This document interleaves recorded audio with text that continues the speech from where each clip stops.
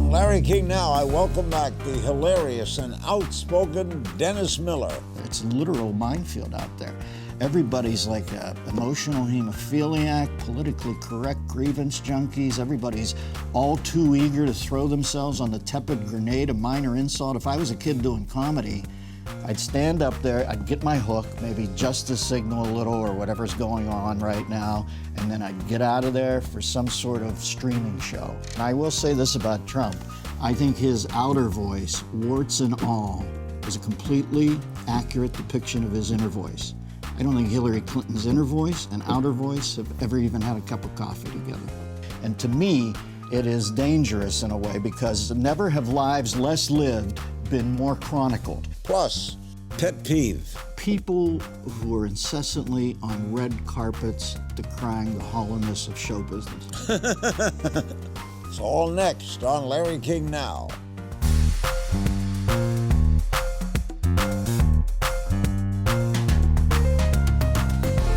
Welcome to Larry King Now. Today we welcome back comedian, host, actor, political commentator, New York Times best-selling author, and a great NFL announcer. I remember that. You were the one. Dennis Miller.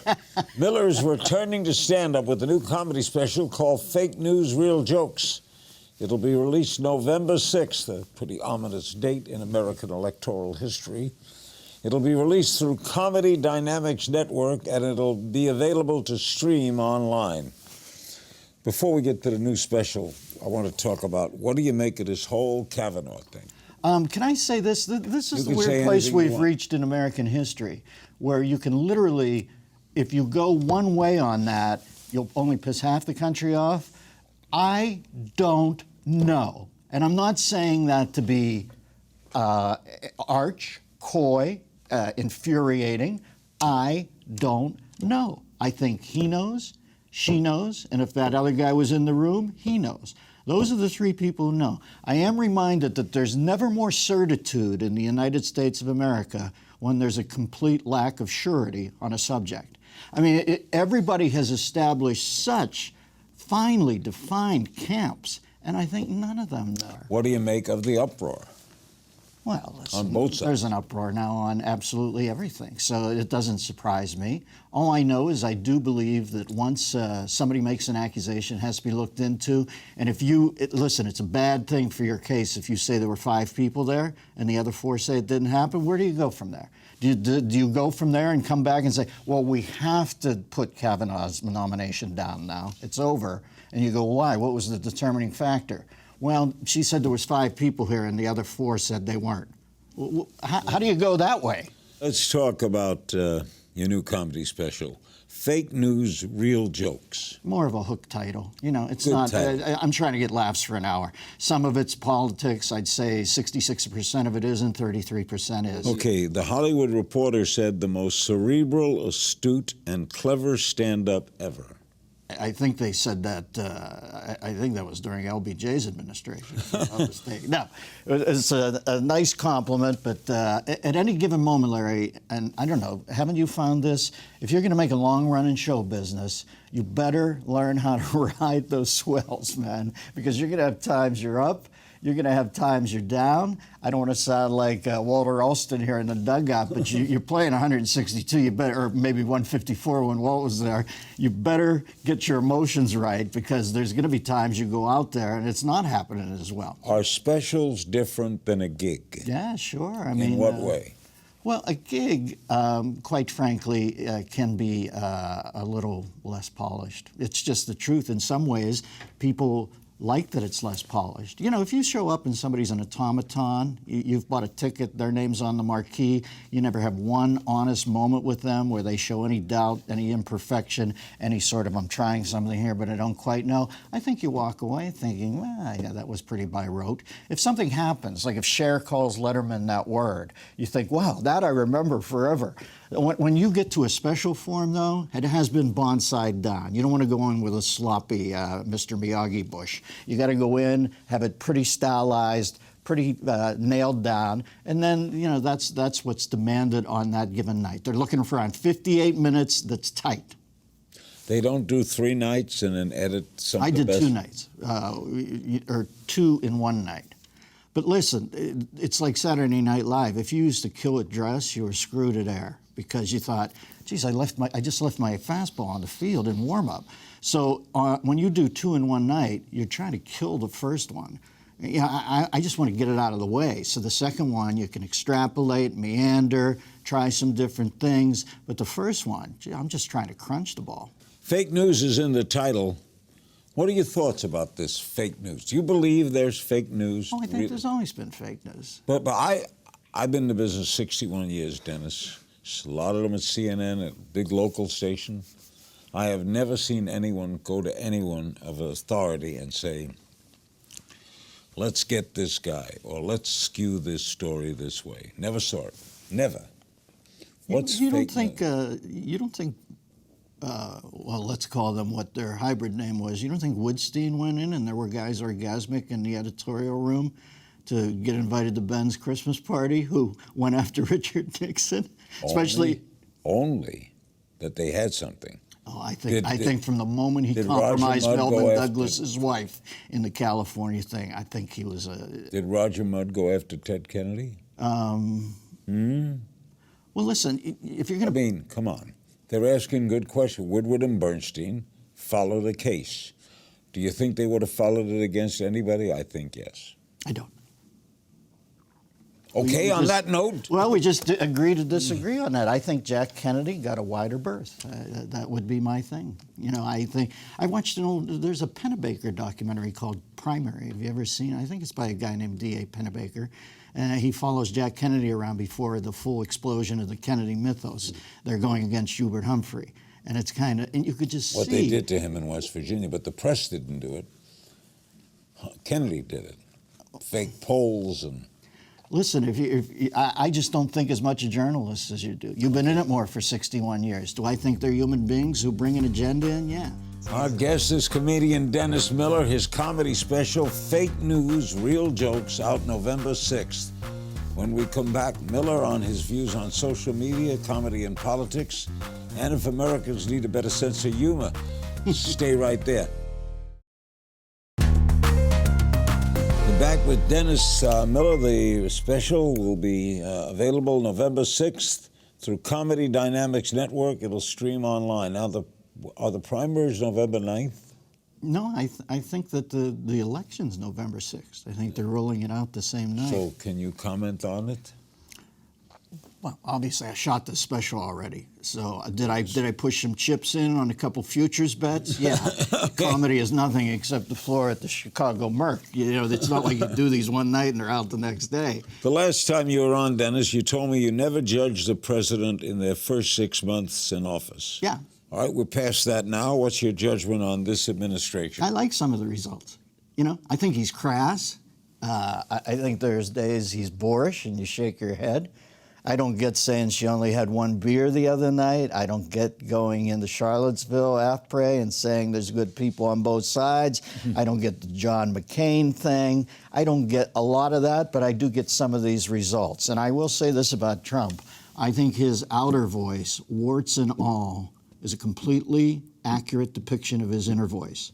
I don't think Hillary Clinton's inner voice and outer voice have ever even had a cup of coffee together. But the Trump I knew, and I know him 40 years. I don't know him.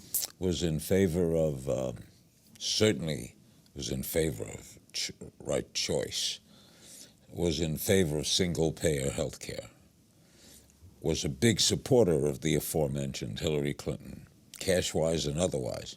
So is this the Trump that do you think he believes? Do you think people get into politics to be genuine? I think they get into politics to be completely disingenuous. Listen, I remember Barack Obama was anti-gay marriage right up until the day he was for gay marriage, and immediately he became the champion of gay marriage. I don't know what to say. Light. Well, then I'll say that about Trump. All I know is this, in some odd way, Larry, and they can disparage him all they want. The people he is connected with on the deepest level is the proletariat, the hoi polloi. I watch him out there with those people and I think, I wonder if that's all those years in a nice suit with a hard hat on, walking around construction sites he's trying to get done in New York, where he has some sort of simpatico thing with the regular people. He is the whitest collar, blue collar hero I've ever seen. But listen, anybody who goes out into the hinterland and regular people are happy about it, I'm not going to sit there at home and say that they're all stupid and that they're all extras on Ozark and, you know, they're dunces. I'm just not going to do it. Some of them love him. Concerned about his finances? That New York Times story didn't bother you? I don't care about his finances. But in the same way, must I say that if somebody said to me, hey, you want to sit down tonight and I'll give you a PowerPoint presentation on the Clinton Foundation finances, I'd say, what are you kidding me? There's a game on. I don't care about their finances. Is the crux of it Fred left him money? Fred Trump? So be it. Do you use social media? Yeah, but listen, it's a dangerous place. What's going on? Has Twitter changed the world? Has Steve Jobs changed the world? Well, that's a little dramatic. I think whoever built that web, you never hear his name. There's a guy who invented that web. I saw a story on him the other day. I don't even know that name. And I think Jobs is him with a publicist. Because at some point, somebody to build that, is it a force for good or a force for evil? I don't know. I think it washes out, but I will say this. Andy Warhol was very prescient when he said in the future everybody will be famous for 15 minutes. Guess what? It's even less than that. It's 140 characters or 280 characters. You know that box they have in Hyde Park where Speaker's Corner, they get up? Okay, everybody's got that at their fingertips every day. And to me, it is dangerous in a way because never have lives less lived been more chronicled. Do you miss Saturday Night Live? Nah, it was a great job. But you for a were kid. great on that. Yeah, thanks. But I did 6 years, and then I remember thinking at that point it was pretty much of a fiscal decision. I thought I've got to cash out here somewhere. So because eventually you become the thing they're making fun of. Listen, Saturday Night Live is about a short half-life. It's like a highly fissionable nuclear material. I used to always think it's like deuterium-234. The reason you frisoned for a while is because you were young, you were of them, and then there comes a moment, and I think that guillotine blade comes down pretty quickly, where you're old news. And so when I got around 4 to 5 years in, I thought I better start looking for a lucrative exit plan here. And it didn't really matter to me because I thought the first one's going to be trouble once you leave Saturday Night Live. You better be, it's like a rope-a-dope, you better be ready to absorb some blows, and then the second one is where you sort of can ride for a while. So when I got a syndicated show offer, I remember thinking, I was on your yeah, HBO show. and I remember thinking syndication isn't my dream date because you got to please 200 masters instead of pleasing one network.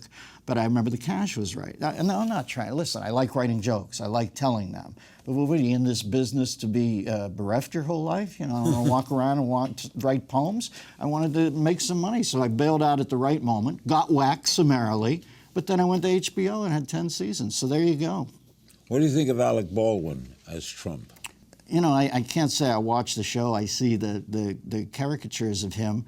I don't quite understand him, but that's my business. It's too angry for me. Although I see pictures of him now where he seems to have met the right woman. He's got all these kids hanging off him. Nothing like kids hanging off you like Christmas tree ornaments to remind you not to take yourself so seriously. When do you do your podcast? I do it Monday and Wednesday, Larry, and it's beautiful because I was doing terrestrial radio for 8 years. I was doing 3 hours a day. And I was starting to get worn down like Vermeil was when he was coaching the Eagles. And I was starting to turn into Joe Pine or Wally George, where you remember how cranky they got? I knew them both. But anyway, people would call in to talk, and I'd notice I was thinking, what are you being flippant with the cat for? He's actually in a car listening to you. He's deigned to call in, and you're being a smart ass. I thought, I'm just fried. I'm burnt out by the 3 hours a day thing, and I'm starting to misconstrue people's actual entreaties to be whining.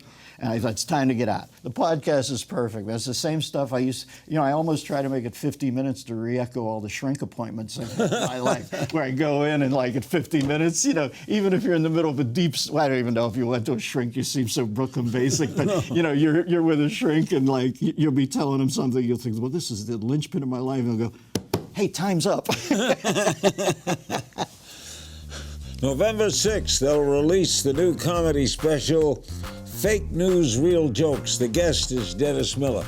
Coming up, we'll talk about his pet peeve and favorite stand-up. And it's Dennis Miller. He's great. We'll be right back. We're back with the great Dennis Miller. His new comedy special, Fake News, Real Jokes, November 6th on the Comedy Dynamics Network, available to stream online. So what do you think of stand-up comedy today?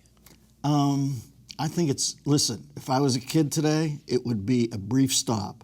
I'd use it as a point of departure for a career that's not as, listen, it's minefield now. You know, Jerry said he wouldn't go on a college campus, Seinfeld. I wouldn't either. It's a literal minefield out there. Everybody's like emotional hemophiliac, politically correct grievance junkies. Everybody's all too eager to throw themselves on the tepid grenade, a minor insult. If I was a kid doing comedy, I mean, can you imagine Dawn today? It's a minefield out there. So if I was a kid, I'd stand up there, I'd get my hook, maybe just to signal a little or whatever's going on right now, and then I'd get out of there for some sort of streaming show where, you know, which is, listen, we had 8 tracks, they have streaming. So guess what? I'm 64. I'm old now. I try not to pretend I'm not. I got you by 20 years. We play a little game of If You Only Knew. What's your guilty pleasure? Mrs. T's pierogies. I boil them a little. You know what a pierogi is, right? I think so. Pierogi, it's Italian. No, it's Polish. Jesus, Larry. Brooklyn. Where you guys go into Brooklyn, it's like living in the bubble. You don't follow any other cultures. Biggest regret? I bought JDS Univase at 153. That still haunts me because the chart pivoted the next. Listen, my life's been pretty blessed. Proudest achievement? Well, I love being a dad, you know, Yeah, being a good, talking about your boys during the break. Fatherhood is the best. Yeah, and then you get to reevaluate how you've done every day because it's how happy are they on that given day as you tugboat kids through tremulous times. And Jesus, does it get more tremulous than it is now? Pet peeve? People who are incessantly on red carpets decrying the hollowness of show business.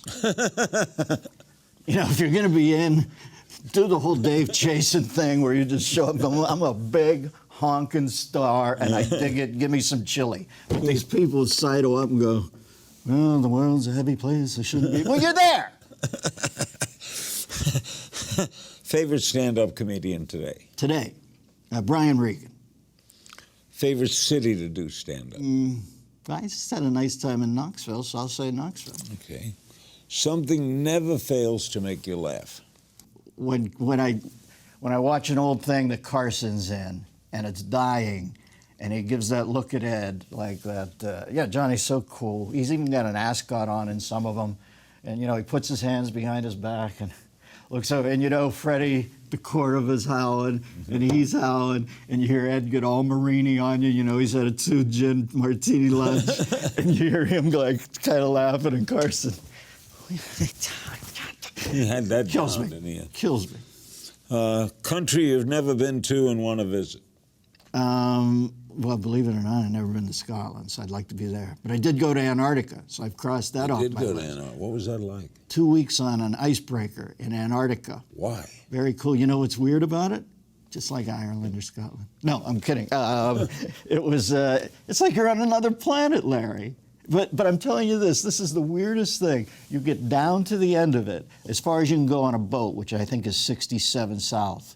Then you have to start walking in from there. You get down there, and there's a post office where 4 kids rotate out from England at 4-month shifts. You know, they go down and sleep there, and they tell them they have to get their appendix out if it's during the winter, because if you go into appendicitis, you're dead down there. Nobody can get to you. So you can go in and get your passport stamped. So every time I think, was I really there or was that a hallucination? I'll look, and there's a penguin stamp from a place called Port St. Lockerbie. It's unbelievable. What's the biggest risk you've ever taken? Well, for me, but then in retrospect, it seems not like a risk. I remember I wrote a joke once and a kid bought it. I was emceeing a club in Pittsburgh. I won't say the guy's name, but he went on the Tonight Show with it. He told it at the desk, and I was sitting at home in a crap $60 a month apartment, like no money, propane, hot plate, the whole deal, bereft. And Carson laughed. And I remember thinking, well, I'm not built for this. I might be afraid of speaking in public. They always say that's the biggest fear. But the biggest fear is you're sitting in a crap apartment watching somebody make Johnny Carson laugh with something you thought of. So to get on stage really made me fearful at the beginning. But I was armed with the thing of thinking, oh, you can't do the other thing, you know. Dennis is answering your social media questions in our final segment. His new comedy special, Fake News, Real Jokes, available November 6th. We'll be right back. back with the great Dennis Miller. He is a great, great comic. Thank you, Larry. I appreciate that. Some social media questions. Michael James on Facebook. In your opinion, who will be the 2020 Democratic nominee? I think it's Avenatti as president, and either Kamala Harris or Cory Booker in the 2 slot. I don't know, obviously, it's good, but can you imagine if last time on the Republican thing, it was a demolition derby? What's it going to be like on the Democrat part this side? It's so funny now. I tune in to TV shows for serious political discourse, and I watch press conferences and debates for comedy because they've flipped roles now. It's actually there's no news anymore. It's so when I think about who's queuing up already, but they are saying, and that Avenatti might be one of the front runners. Austin Kelly on Facebook. Who would you like to have as a guest on your podcast? Well, listen, you'd be a great raconteur, but I don't really think about guests. Anybody who wants to show up is fine with me. That's what you do? Yeah, I had to pull out of that Where part do you do it? I do it I have a studio in my home, but as far as longing for people, whoever they want to put in front of me, listen, you know that. How many people have I seen? That's the one thing I always say to my wife. I said, Larry has no poker tell. I can't tell if he thinks this person is a stiff or the most fascinating person who ever lived. Right, I'm curious. I said, that's beautiful. It's like he doesn't even have to bet and lose money, but he's playing poker right there. Austin Kelly asked this, a good question. Is there a difference between late-night talk shows now than 20 years ago? Yeah, sure. Look, it's just as simple as Colbert. Take Colbert. I don't know. I've never met him. I think he was third in the ratings thing. Trump took the lead. He became anti-Trump on a nightly basis. It became a place for them to go and hang their hats on an echo chamber. I'm not disparaging it or anything, but it's much more. I mean, I don't know. How long did you watch Carson? Did you really know what his politics was? No, I didn't. Me neither. Mono Geffen on Twitter. Would you ever host Saturday Night Live if asked? They would. You know what? I have such a good understanding of why they wouldn't ask me. I wouldn't be a good host for them. I don't. I see Lauren all the time. I've seen Lauren around 5 times in the last couple of years. We always have. We have a great relationship, but I can see why I'm not a viable host for Saturday Night Live. Kids would tune in and go, "Who is this old cranky guy who's conservative?" You know what I mean? You'd be great. Listen, do I think I could do it? That's a different question. Yeah, I do. Do I think I'm like, when they sit down and go, "Who should we get? Who should we get? Should we get Cardi B or Dennis Miller?" Okay, Rob M. on Twitter. At what point in your career or personal life did you switch ideologies from a political perspective? You did switch. Well, no. I've always been a pragmatist, but I do remember during Stockdale, that was a big thing for me. Ross Perot chose James Stockdale. And this guy was a guy who worked out a tap code system in the Hanoi Hilton. Kids who wanted to die overnight. I was there with that whole selection. He prays with him. Great American. Okay, he runs. Perot picks him because Perot's like, to me, Perot's crazy. It's like, I want to see him as president for half. I want to see how crazy he is when he meets the Queen of England and go, "Are you Ruth Buzzy?" He's just crazy. So when he picks Stockdale, I think I'll look into this guy. I read about Stockdale to the extent that I can. Then they start making fun of him because he has his first press conference and he looks wide-eyed and he's a deer in a headlight. And he said, "Well, I don't even know why I'm here." Boom, the liberals just weighed in on him, make fun of him. And I thought, this is getting too flashcardy here. They should invest a little more time in this. And I remember thinking, I'm not sure if I'm certain enough of my guesswork to be liberal anymore. I just started reading on things. Listen, I'm fiscally conservative. I'm socially liberal. You're a great man, man. Larry, you sweet cat. Thanks to my guest, Dennis Miller. Make sure to catch his new stand-up special, Fake News, Real Jokes, from Comedy Dynamic Networks on November 6th. It's available on Amazon, iTunes, and Google Play. As always, you can find me on Twitter at King's Things, and I'll see you next time.